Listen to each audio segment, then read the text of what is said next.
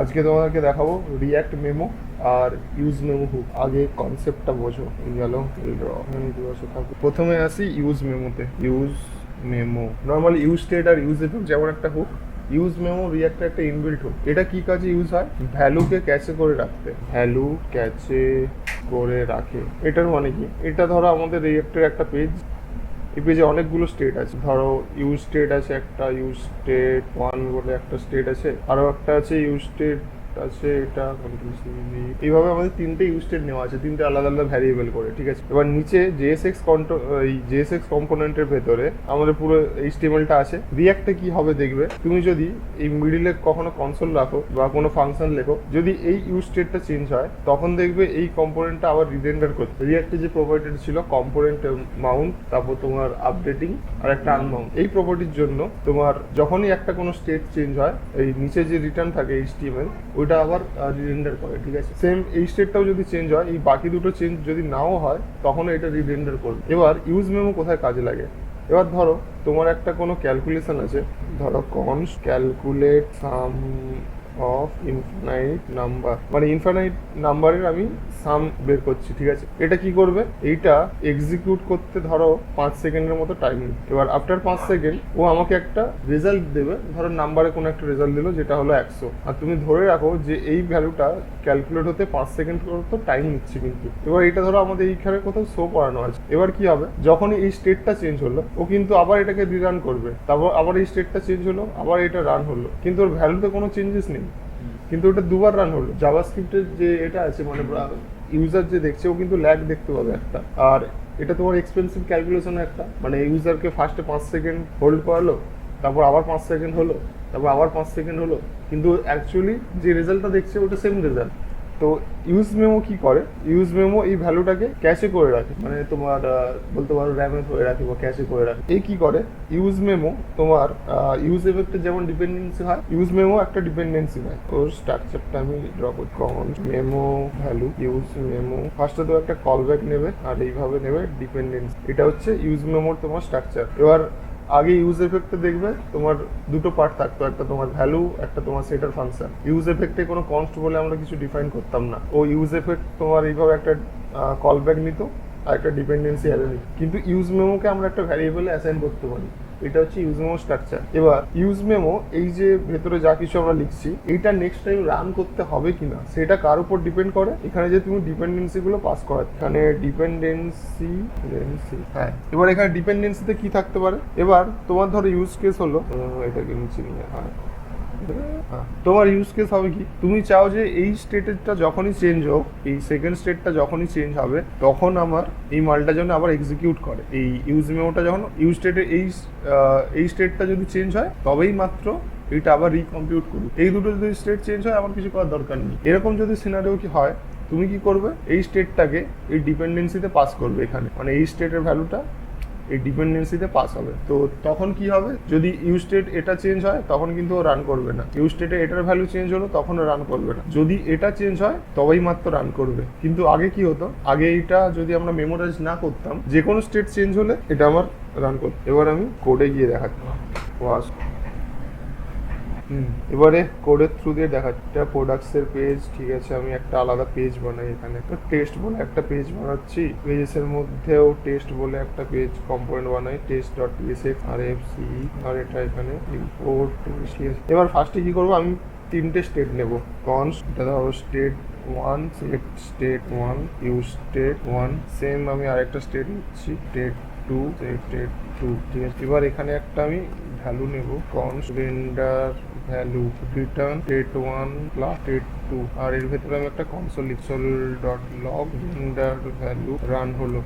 এবার এখানে আমি কি করব, দুটো বাটন নেই, একটা বাটনে স্টেট 1 কে চেঞ্জ করব আর একটা বাটনে স্টেট 2 কে চেঞ্জ করব। তো এটাতে অন ক্লিক দেবো, অন ক্লিক কল ব্যাকের মধ্যে দিচ্ছি সেট স্টেট 1, ইনক্রিমেন্ট করাবো এক করে স্টেট 1, আচ্ছা না গুণ করাচ্ছি, স্টেট 1 ইন্টু 2, আগে যে রেজাল্টটা থাকবে তার ডবল হবে সব। স্টেট 1 এটা হবে স্টেট 2, এটা হবে সেট স্টেট 2। এবার এখানে তিনটে জিনিস প্রিন্ট করাবো, H1 স্টেট 1 এর জন্য স্টেট 1, এটার জন্য 2, এটার জন্য 2, আর এই ভেতরে আমি দেবো রেন্ডার ভ্যালু। তো কি করলাম, আমি দুটো স্টেট নিয়েছি, দুটো বাটন নিয়েছি, আর এই রেন্ডার ভ্যালু ডিপেন্ড করছে কিন্তু এই দুটো স্টেটের ওপরে। যখন এই দুটো স্টেট চেঞ্জ হবে তখন আমি এইটাকে রেন্ডার করাবো। এবার এখন দেখো আমি স্টেট 1 বাটনটাকে স্টেট 1 কে চেঞ্জ করছি। অন ক্লিক, আচ্ছা সেভ করে নিই। আচ্ছা এই উপরটা তো H1 বাটনগুলো স্টাইল করে কিন্তু বোঝা যাচ্ছে না। Last name BG padding 2 margin এক্সটেট 2। স্টেট 1 ক্লিক করলাম, কনসোলে যাই, রেন্ডার ভ্যালু রান হলো। স্টেট 2 তে ক্লিক করলাম, রান হলো। ঠিক আছে, তো বারবার রান হচ্ছে, এটা নর্মাল, কারণ এটা রেন্ডার করতে স্টেট 1 স্টেট 2 দুটোরই ডিপেন্ডেন্সি আছে। এবার এখান থেকে আমি শুধু স্টেট 1টাকে রাখি আর ইনটু 2 করে দিই। মানে কি রেন্ডার ভ্যালু যখন শো করবে স্টেট 1 এর যে ভ্যালুটা আমি সেট করাচ্ছি তার দ্বিগুণ করে ও ডিসপ্লে করাবে। এখানে রিফ্রেশ, আমি স্টেট 1 এ যখন ক্লিক করব তখন কি হবে, এমনিতেই ইনটু 2 করে করাচ্ছি, 2 এখানে 2 শো হবে আর এখানে 2 ইন্টু 2 4 শো করবে। ঠিক আছে, 4 করলো, তো এটা রান হচ্ছে। কিন্তু আমি এবার স্টেট 2 কে চেঞ্জ করবো, তখনও দেখবে এটা প্রিন্ট হতে থাকবে। এটা প্রিন্ট হচ্ছে মানে তোমার এটাও কিন্তু এক্সিকিউট হচ্ছে। এবার চলো আমি স্টেট 2 তে ক্লিক করছি, দেখছো রান হচ্ছে। বাট স্টেট 2 এর কোনো ডিপেন্ডেন্সি নেই, মানে এইটা প্রিন্ট করাতে গেলে আমার স্টেট 1 এর ভ্যালুটা লাগছে, বাট স্টেট 2 এর উপর কোনো ডিপেন্ডেন্সি নেই, তবুও কিন্তু আমার ফাংশনটা এক্সিকিউট করছে। এবার এখানে তো আমি নর্মাল এটা লিখে রেখেছি। এখানে যদি তোমার কোনো বড় একটা ফর লুপ থাকতো বা কোনো এক্সপেন্সিভ ক্যালকুলেশন থাকতো, ওটাও কিন্তু বারবার এক্সিকিউট হতো। ওটা ধরো 10 বার এক্সিকিউট হচ্ছে কিন্তু তুমি দেখছো সেম রেজাল্ট, তো ওটাকে তো 10 বার মানে ফার্স্ট টাইম দেখছো ঠিক আছে, আর এক্সট্রা যে 9 বার করছো ওটা তো এক্সিকিউট করে লাভ নেই। তো এই সিনারিওতেই আমরা ইউজ করি ইউজ মেমো। এটা হলো তোমার নর্মাল সিনারিও। এবার আমি ইউজ মেমো থ্রু দিয়ে দেখাচ্ছি। এইটা যে হ্যাঁ, এখানে স্টেট 1টাকে আমি ইন্টু 2 করে সেট করাচ্ছি আর এটা ফার্স্টে শো করাচ্ছি। মানে তোমার এই যে এটা হচ্ছে এই রেন্ডার ভ্যালু রেজাল্ট। আমি ভালো করে লিখে দিচ্ছি তাহলে বোঝা, কালার দিয়ে দিই। x2 এক্সেল, এটা স্টেট 1, এটা স্টেট 1 এর ভ্যালু, এটা স্টেট 2 এর ভ্যালু, আর এটা হচ্ছে স্টেট 1 ইন্টু 2, মানে রেন্ডার ভ্যালু যেটা হয় স্টেট 1 এর লেটেস্ট ভ্যালু ইন্টু হয়ে গেল ইন্টু 2। এবার দেওয়া যায় এটাকে আমার প্রিন্ট করে স্টেট 1 এ 32, এখানে আমরা ডিসপ্লে করা হবে 32 ইন্টু 2। তো স্টেট 1 এ চেঞ্জ করছে, ওটা রান হচ্ছে, ঠিক আছে, এটা আমার হ্যাপি সিনারিও। কারণ এই ভ্যালুটা শো করার জন্য স্টেট 1 এর উপরেও ডিপেন্ডেন্ট, কিন্তু স্টেট 2 এর উপর ডিপেন্ডেন্ট নয়। তো আমি স্টেট 2 ও চেঞ্জ করছি, দেখো কিন্তু এক্সিকিউট হচ্ছে, বাট তুমি যে রেজাল্টটা দেখছো ওটা সেই একই সেম রেজাল্ট দেখছো। হ্যাঁ, স্টেট 1 এরই দেখো, কিন্তু এইটা তোমার এক্সিকিউট হয়ে যায়।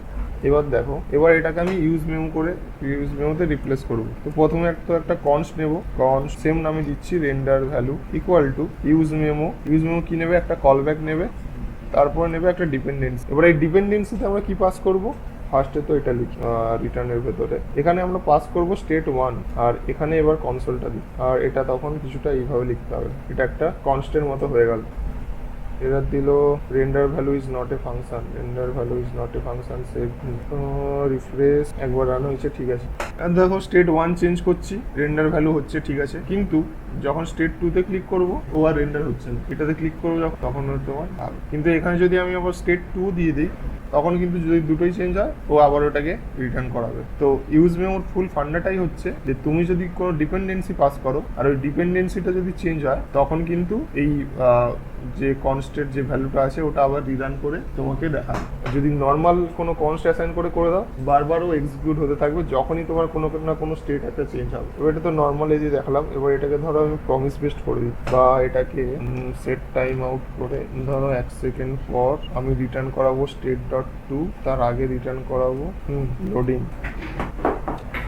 লোডিংই পড়ে আছে, একটা কনসোল দিই, console.log ঠিক আছে। এবার এখানে একটা সিনারিও দেখো, তোমার রেন্ডার ভ্যালু যখন তোমাকে রিটার্ন করছে, এখানে দুভাবে লেখা আছে, সেট টাইম আউট, আর এখানে একটা ডিফল্ট লোডিং দেওয়া আছে। ফার্স্টে কি হলো, স্টেট যখন 1, ও দেখলো স্টেট 1 থেকে যখন 2 হলো, ও কিন্তু এটাকে রিটার্ন করে দিয়েছে, তারপরে ডিপেন্ডেন্সিটা চেঞ্জ হচ্ছে না। তো এটা এক্সিকিউট করেও যে ভ্যালুটা দেখাচ্ছে মানে রিটার্ন করছে, ও কিন্তু আর এখানে প্রিন্ট করছে না। এটাকে যদি আমি এটাকেও প্রিন্ট করাতে চাই, তখন আমাকে এটাকে একটা আলাদা এতে নিতে হবে। Const time out value equal to, ধরো এইভাবে আমি লিখে দিলাম, সেট টাইম আউট করে করছি না, এটা এইভাবে করলে হবে। এটাকে ধরো আমাকে ফাংশন করতে হবে, টাইম আউটকে আমি একটা ফাংশন করলাম, এখানে দিই রিটার্ন নাল। আর এটাকে যদি এখানে ডিপেন্ডেন্সি ইফ টাইম আউটের যদি ভ্যালু থাকে, ইফ টাইম আউট, এটা রিটার্ন টাইম আউট ভ্যালু। এবারে চাই set time out return let t equal to null, t equal to ধরো এটা দিলাম, এবার করা যাবে রিটার্ন t।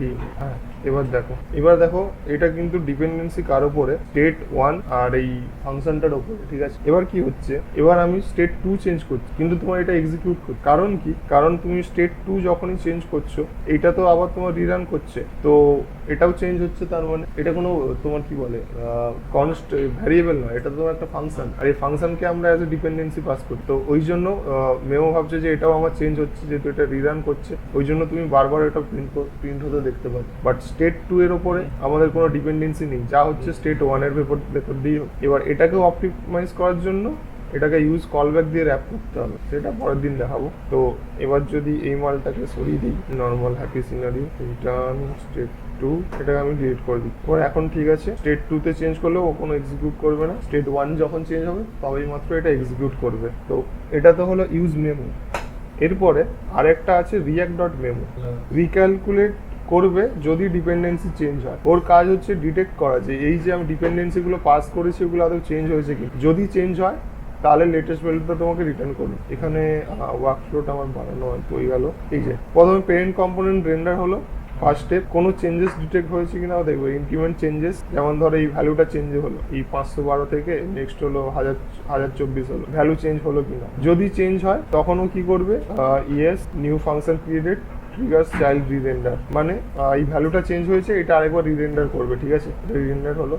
যদি ভ্যালুটা চেঞ্জ না হয় তখন ও আগের ভ্যালুটাই তোমাকে দেখাবে। তো এটা পুরো ওয়ার্কফ্লো ইউজ মেমো। যদি চেঞ্জ হয় ডিপেন্ডেন্সিগুলো তবেই মাত্র এক্সিকিউট করবে, হ্যাঁ নয়তো করবে। এবারে আসি রিয়াক্ট ডট মেমো, মানে নর্মাল ইউজ মেমো সবসময় তোমার কম্পোনেন্টের ভেতরে ইউজ হবে, এইভাবে যে কোনো একটা কম্পোনেন্টের ভেতরে। এবার মেমো করি, মেমোতে কি করব, মেমোতে আমরা পুরো কম্পোনেন্টটাকে মেমোরাইজ করবো। এবার ধরো এখানে আমি করলাম হুক হিসেবে, এখানে এটাকে তুমি বাইরে এইভাবে নর্মাল কনস্টের মতো লিখতে পারবে না, এই রিটার্ন আমি ট্রু দিই, এইভাবে এটা নট ভ্যালিড। এটা ইউজ মেমো এক্সাম্পল হলো। এবার আসি রিয়াক্ট মেমোতে, এটা হবে react memo example react dot memo. কিন্তু আচ্ছা আমি এটা বানাচ্ছি, তুমি ধরো কনস্ট এখানে একটা ফাংশন বানালে, ধরো তোমার কি ছিল শো ভ্যালু বলে আমি সামথিং বানাচ্ছি, ঠিক আছে, শো ভ্যালু। এখানে আমি রিটার্ন কি করব, এখানে আমি রিটার্ন করব ধরো হয়ে গেল স্টেট 1টাকে রিটার্ন করা, স্টেট 1 ইন্টু 2, আর ছাড়ো স্টেট 1টাকে আমি এসে প্রপস নিচ্ছি, কাউন্টটা হচ্ছে নাম্বার, কাউন্ট ইন্টু 2। এবার এখানে একটা কনসোল দাও, সোল ডট লগ কাউন্ট কমা দিয়ে কাউন্ট রেন্ডার হলো। এবার এই কম্পোনেন্টটাকে ইউজ করব কোথায়, শো ভ্যালু। আমি নিচে এখানে আরেকটা নিচ্ছি যেটাতে আমি শো করাবো শো ভ্যালু, আর এটা কিছুটা এইভাবে কম্পোনেন্ট হিসেবে শো হবে।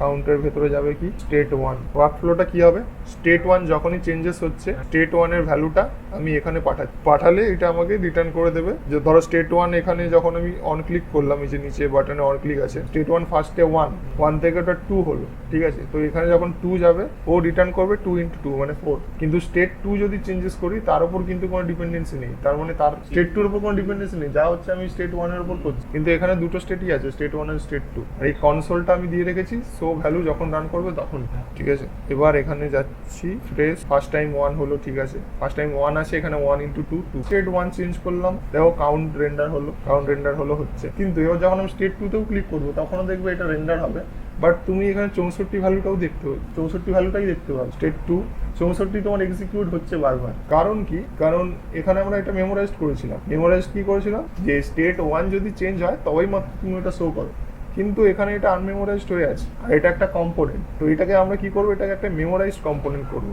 এটাকে এখান থেকে কাট করে বাইরে পেস্ট করছি, ঠিক আছে, বাইরে পেস্ট করলাম। এখন সেম সিনারিও চলবে, স্টেট 1 হচ্ছে, স্টেট 2 ও বারবার রেন্ডার হচ্ছে, ঠিক আছে। এবার এখানে কি করব, এটাকে আমরা মেমোরাইজড কম্পোনেন্ট করব। মেমোরাইজড কম্পোনেন্টের সিনট্যাক্সটা কি, কনস্ট, এটা তোমার কম্পোনেন্টের নেম, টেস্ট দিলাম। মেমোরাইজড কম্পোনেন্ট একটা হয় মেমোরাইজড ভ্যালু, যে এটা ইউজ মেমো অলওয়েজ রিটার্নস এ মেমোরাইজড ভ্যালু, আর মেমো তোমাকে রিটার্ন করবে একটা মেমোরাইজড কম্পোনেন্ট। সিনট্যাক্সটা দেখাচ্ছি, লাইক দিস। আমার দেখতে হবে কম্পোনেন্ট, দাও সিনট্যাক্সটা আমি ভুলে গেছি দেখতে হবে। ডকে যাই, রিয়াক্ট মেমো দে আচ্ছা কল ব্যাক, দেন পুরো এটা মানে নর্মাল যেরকম কল ব্যাক হবে, তো ওর আগে শুধু মেমো দিয়ে ওটা র্যাপ হয়ে যাবে। মেমো দিলাম আর এটা হয়ে গেল নর্মাল কলব্যাকটা, শুধু মেমোর ভেতরে ঢুকে যাবে, মানে এটা হয়ে গেল তোমার সিনট্যাক্স মেমো। এবার ইউজ মেমো কিভাবে ডিটেক্ট করছে, তুমি যে ডিপেন্ডেন্সিগুলো পাস করছো তার উপর ডিটেক্ট করছে যে এটা রেন্ডার হবে কি হবে না। কিন্তু মেমোতে দেখো তুমি কোনো ডিপেন্ডেন্সি পাস করছো না। এটা হচ্ছে ইউজ মেমো, এটা হচ্ছে normal react dot memo. Use memo কিভাবে ডিটেক্ট করে, তুমি যে কম্পোনেন্ট গুলো দিচ্ছ তার উপরে কম্পোনেন্ট বলছি, ডিপেন্ডেন্সি গুলো দিচ্ছ তার ডিপেন্ডেন্সি চেঞ্জ, এটা আবার এক্সিকিউট হলো। আর মেমোতে কোনো ডিপেন্ডেন্সি নেই, তো ও কিভাবে ডিটেক্ট করে আমরা যে প্রপস গুলো পাস করছি তার সেটার উপরে। তো এবারে যাই, এবার এখানে আমি স্টেট 1 করছি, এখানে দেখো কাউন্ট রেন্ডার হচ্ছে, ঠিক আছে, এই যে এইটার উপর সিনারিও 128। এবার যখন আমি স্টেট 2 চেঞ্জ করব তখন দেখবে ওর রেন্ডার হচ্ছে। আগে কি হচ্ছিল, আগে যদি মেমোরাইজ না করতাম ও বারবার রেন্ডার হচ্ছে। এবার আমি যদি মেমোটা সরিয়ে দিই, এখান থেকে মেমোটাই সরিয়ে দিই, তখন দেখবে আবার সেম সিনারিও। তখন তুমি এখানে দেখতে পাচ্ছ 256ই আছে, সরি হ্যাঁ 256 × 2, আর এখানে তো আমি জাস্ট এটাই শো করেছি কাউন্ট, দেখানোর সময় আমি ×2 করে দেখা, বাট তোমার এই আউটপুটটা কিন্তু চেঞ্জ হচ্ছে না, কিন্তু এটা বারবার এক্সিকিউট করছে। এবার এটা তো তোমার এক লাইনের কোড, বাট রিয়েল লাইফে হতে পারে এখানে তোমার আরো এক্সট্রা লাইন থাকবে, এটা বারবার কম্পিউট হবে। তো এই সব সিনারিওতে আমরা মেমো ইউজ করি। এখানে মেমো দিলাম, মেমো সরি, তো এখানে যখনই কাউন্টটা চেঞ্জ হবে, মানে এই প্রপসটা যখনই চেঞ্জ হবে তখনই একমাত্র রেন্ডার করবে। ইউজ মেমোটা হুক, মেমোটা তোমার কি বলবে, একটা কলব্যাক ফাংশন টাইপের বলতে পারো, হয়ে গেল। এইটা একটা ডম নোড, এটা একটা ডম নোড, এখানে 1 2 3 4 5 6টা প্রতিটা একটা করে ডম নোড, প্রতিটা রিপ্রেজেন্টেশন হয় তোমার এই এক একটা অবজেক্ট হিসেবে। এবার এর মধ্যে দেখো অনেক কিছু আছে, যে কম্পোনেন্টের টাইপ কি, কম্পোনেন্টে কোনো কি আছে কিনা, কম্পোনেন্ট মেমোরাইজ স্টেট আছে কিনা, প্রপস কি আছে, এবার তার হ্যাঁ একটা নোড এক একটা অবজেক্ট ধরতে পারো, ওই ট্রি স্ট্রাকচারের মতো। ফাইবারটা তোমার ডেটা স্ট্রাকচার, আর যে অ্যালগোরিদমটা ডিটেক্ট করে যে চেঞ্জ হয়েছে কিনা, ওটাকে অ্যাকচুয়ালি বলা হয় রিকনসিলেশন। ওই ভার্চুয়াল ডমেও ওইটা লাগে। এটা গেল তোমার ইউজ মেমোর আর্কিটেকচার, আগে বলেছিলাম। এটা হচ্ছে রিয়াক্ট মেমো। পেরেন্ট রেন্ডার হলো চাইল্ড যেটা র্যাপ করা আছে রিয়াক্ট মেমো, তারপর হচ্ছে প্রপস এর কম্পারিজন হবে, যে কাউন্ট আগে 1 আছে, পরে যখন রেন্ডার হলো তখন কাউন্ট কি 1 আছে, যদি 1 থাকে আমি নেক্সট টাইম আর রেন্ডার করবো না, যদি 1 থেকে 2 হয় তখন আবার রেন্ডার করবো। 1 স্টেট চেঞ্জ হচ্ছে ও শো করছে, ঠিক আছে, কিন্তু স্টেট 2 চেঞ্জের সময় ওটা কেন বারবার রান করবে, আমরা ওইটা আটকাচ্ছি। এবার ধরো তোমার যে এই এক্সপেন্সিভ যে ক্যালকুলেশনটা আছে কাউন্ট × 2, এখানে ধরো এক্সপেন্সিভ আরো ধরো তুমি একটা বড় ফর লুপ চালালো, যেটা এক্সিকিউট করতে 5 সেকেন্ডের মতো ধরলাম টাইম লাগছে 5 সেকেন্ড। তার মানে কি হলো, আমরা যদি মেমোরাইজ না করি, স্টেট 1 চেঞ্জ করলাম 5 সেকেন্ড পর তুমি দেখলে 1, আবার স্টেট 1 চেঞ্জ করলাম 5 সেকেন্ডের পর তুমি দেখলে 2, ঠিক আছে, স্টেট 1 চেঞ্জ হচ্ছে ওকে, কিন্তু স্টেট 2 যখন চেঞ্জ হলো তখনও তুমি দেখবে 5 সেকেন্ড পর রান হবে, কিন্তু তুমি দেখতে পাবে 2, আবার রান করলে 5 সেকেন্ড পর 2। তো ওই সিনারিওটাকে আমরা বাদ দিয়ে দিচ্ছি, যে বারবার যাতে রান না হয়।